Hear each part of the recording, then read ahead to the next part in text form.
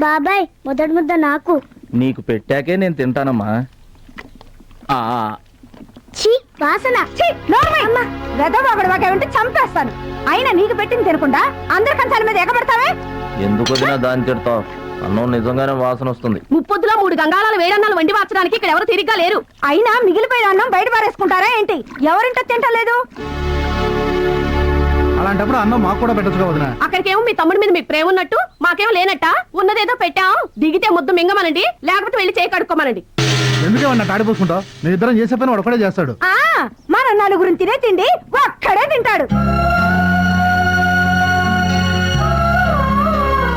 పొగరికిన పోతురానికి పాడెక్కువ, పాలిచ్చే గేదెలు ఎక్కువ అన్నట్లు తోల బిడ్డకేం తక్కువ లేదు.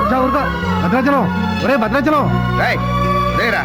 అన్నం మీద అలిగేలోని ఏం పిలవక్కర్లేదు.